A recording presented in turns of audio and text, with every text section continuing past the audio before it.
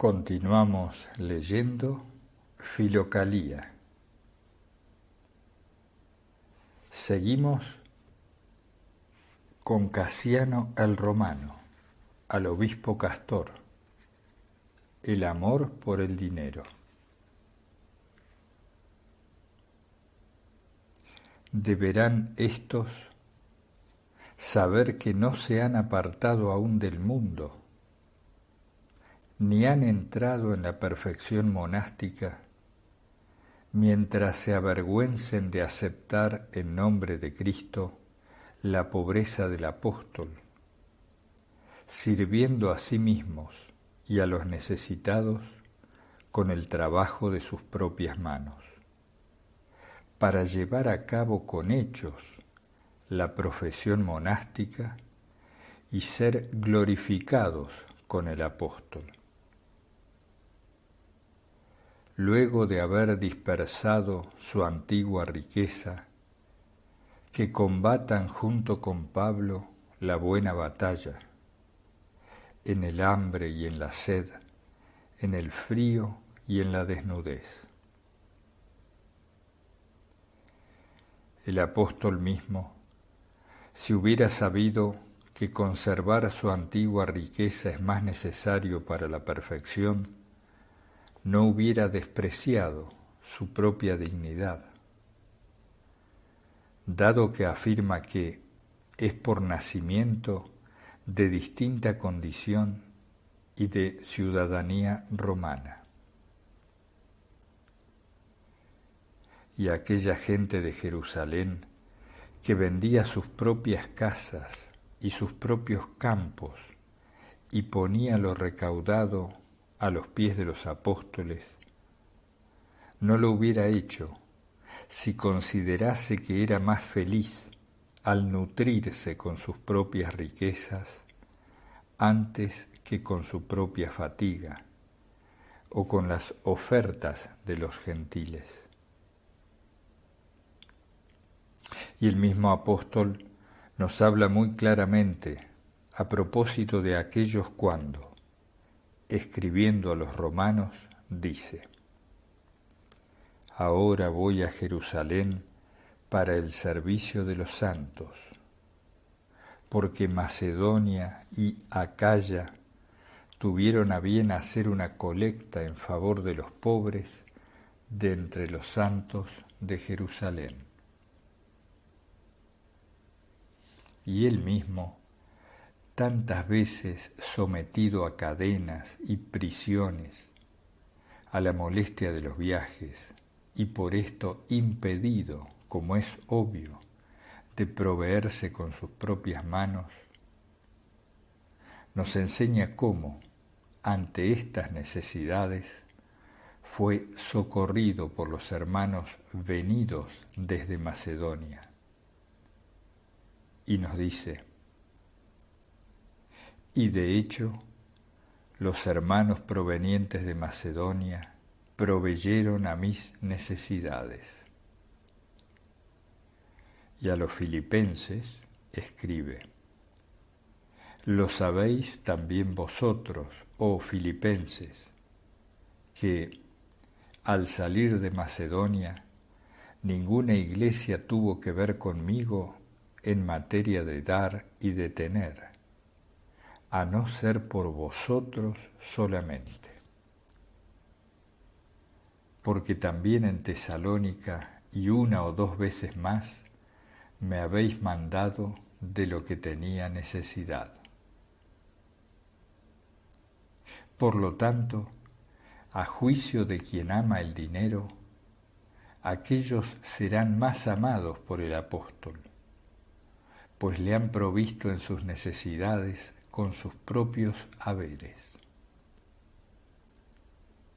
Esperemos que nadie llegará a tal extremo de locura como para osar afirmar esto. Si queremos, pues, obedecer el mandamiento evangélico y a toda aquella iglesia que desde el principio ha tenido su fundamento en los apóstoles, no atendamos a nuestras ideas personales, ni entendamos malamente lo que ha sido bien dicho. Más bien, rechacemos nuestro sentimiento tibio e incrédulo y recibamos los evangelios rigurosamente, porque así podremos seguir los pasos de los santos padres y no faltar a la disciplina del convento. Solo así podremos renunciar verdaderamente a este mundo. Es bueno, llegados a este punto, recordar las palabras de un santo. Se trata de lo que San Basilio, obispo de Cesarea de Capadocia, dijo a un senador que había renunciado al mundo, pero con tibieza, y que retenía aún algo de sus propias riquezas. Has destruido al senador y no has sido el monje.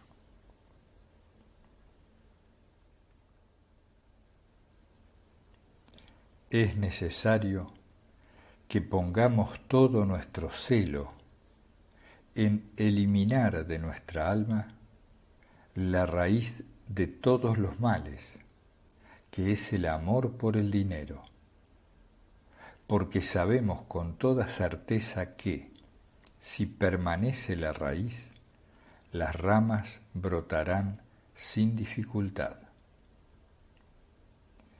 No es fácil practicar esta virtud si no permanecemos en el convento. Efectivamente, allí nada nos preocupa con relación a las exigencias más absolutas. Si tenemos bien presente las condenas de Ananías y de Zafira, temblaremos al pensar que retendremos algo de lo que en un tiempo poseíamos. Del mismo modo, temerosos frente al ejemplo de Gehazi, quien contrajo una lepra perpetua por su amor al dinero. Guardémonos de acumular riquezas que ni siquiera en el mundo poseíamos. Y si pensamos en Judas, quien termina ahorcado, temblemos ante la idea de retornar o de retomar lo que con nuestra renuncia habíamos despreciado.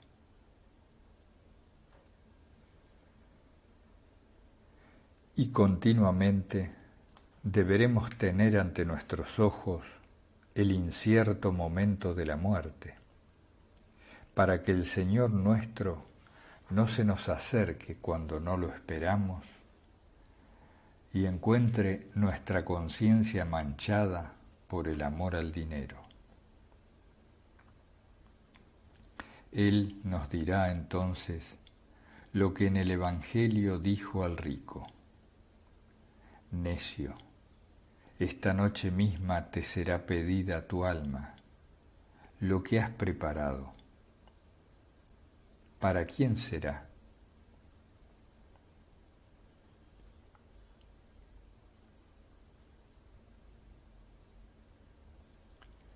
Seguimos leyendo ahora el tema de la ira.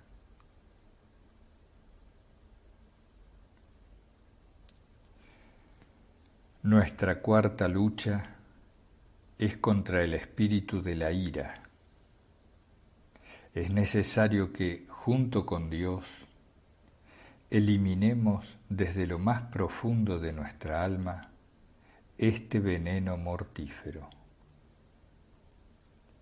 Porque mientras se encuentre instalado en nuestro corazón y enceguezca los ojos de éste con tenebrosas tinieblas, no podremos ni adquirir el discernimiento necesario, ni alcanzar el conocimiento espiritual, ni poseer una buena voluntad total,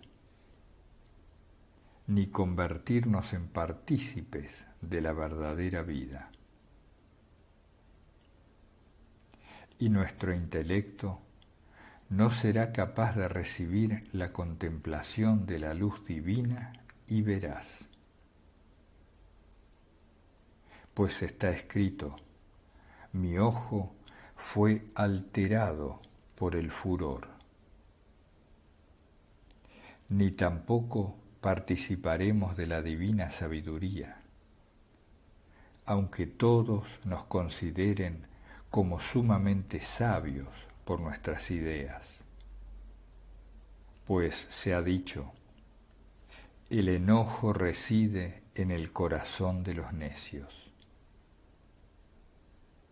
Y no podremos siquiera adquirir los saludables consejos del discernimiento, aunque fuésemos considerados por todos personas prudentes,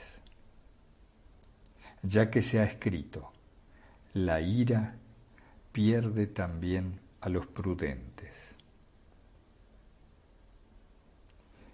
Y ni siquiera tendremos la fuerza de prestar atención y tratar de dejarnos gobernar por la justicia con corazón sobrio, pues la ira del hombre no obra la justicia de Dios.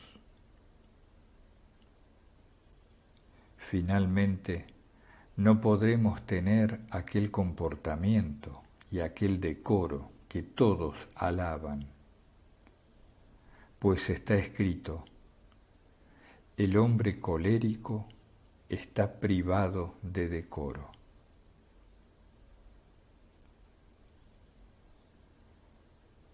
El que quiera acceder a la perfección y desee combatir según las reglas en la lucha espiritual, no deberá ceder ante la cólera y el furor. Deberá escuchar lo que le ordena el vaso de elección. Toda acritud, ira, cólera, gritos, maledicencia y cualquier clase de maldad desaparezca de entre vosotros.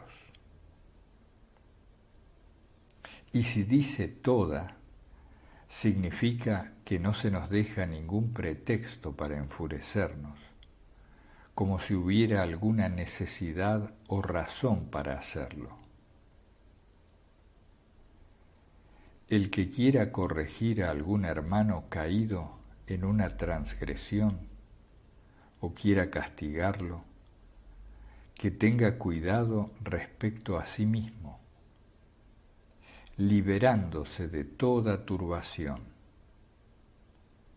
para que no suceda que, al querer curar a otro, atraiga sobre sí la enfermedad y recaiga sobre él aquel dicho evangélico que dice: médico, cúrate a ti mismo.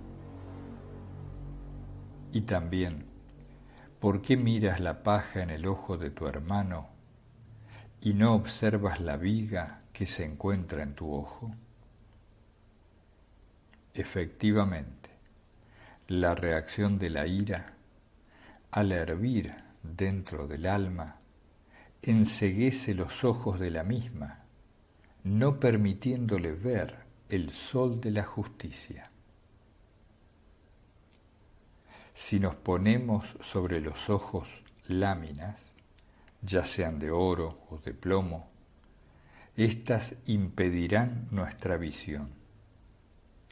Y por cierto, el valor de las láminas de oro,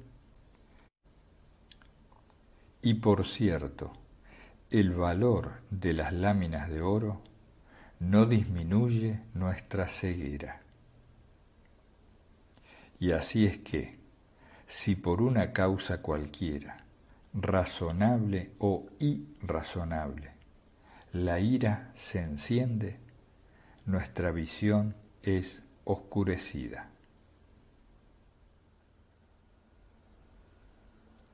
De la ira nos servimos según natura solamente cuando la dirigimos en contra de los pensamientos pasionales y voluptuosos. Así nos enseña el profeta cuando dice: temblad y no pequéis. Es decir, incurrid en la ira contra vuestras pasiones y contra los malos pensamientos, y no pequéis tratando de llevar a cabo lo que éstos os sugieren. Esto está sustentado por lo que se agrega: de lo que acostumbráis decir en vuestros corazones, arrepentíos en vuestros lechos. Esto es, cuando acuden a vuestro corazón los malos pensamientos, deberéis echarlos con ira, y luego de haberlo hecho, al encontraros en el lecho donde vuestra alma reposa, arrepentíos para convertiros. Incluso el bienaventurado Pablo habla así, sirviéndose del testimonio del profeta, y agrega: no se ponga el sol mientras estéis airados, ni deis ocasión al diablo. Esto significa que el sol de justicia, Cristo, no se oculte de vuestros corazones, por haberlo indignado debido al consentimiento dado a los pensamientos malvados. No suceda que, habiéndose alejado de Cristo, el diablo ocupe su lugar en nosotros. Respecto de este sol, Dios nos habla mediante el profeta diciéndonos: para vosotros, los que teméis mi nombre, brillará el sol de justicia con la salud en sus rayos. Si tomamos esto al pie de la letra, significa que no podemos permitirnos conservar la ira, ni siquiera hasta el momento en que el sol se pone. ¿Qué decir entonces? Algunos, por la aspereza y la locura que implica este estado pasional, conservan la ira no sólo hasta el momento en que se pone el sol, sino que la mantienen por varios días, aún callando y no expresándola en palabras, y alimentan en su perjuicio el veneno del rencor con su propio silencio. Ignoran que debemos abstenernos no solamente de manifestar nuestra ira mediante nuestros actos, sino evitar que se manifieste nuestro pensamiento, evitando que el intelecto, oscurecido por las tinieblas del rencor, se aparte de la luz del conocimiento y del discernimiento, y se vea privado del Espíritu Santo.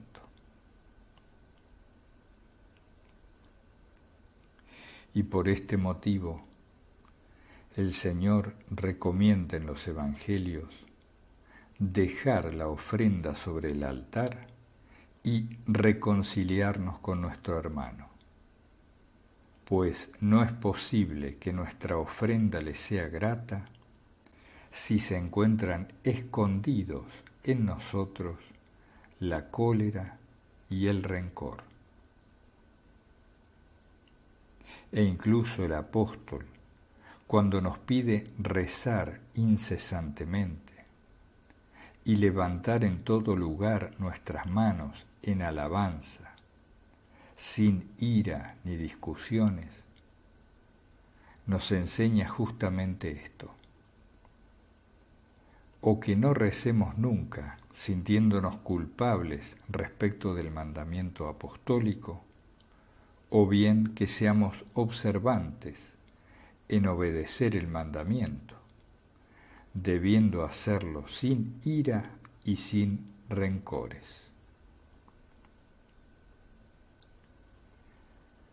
Dejamos la lectura pasada la mitad de la página 142 del volumen primero de Filocalía.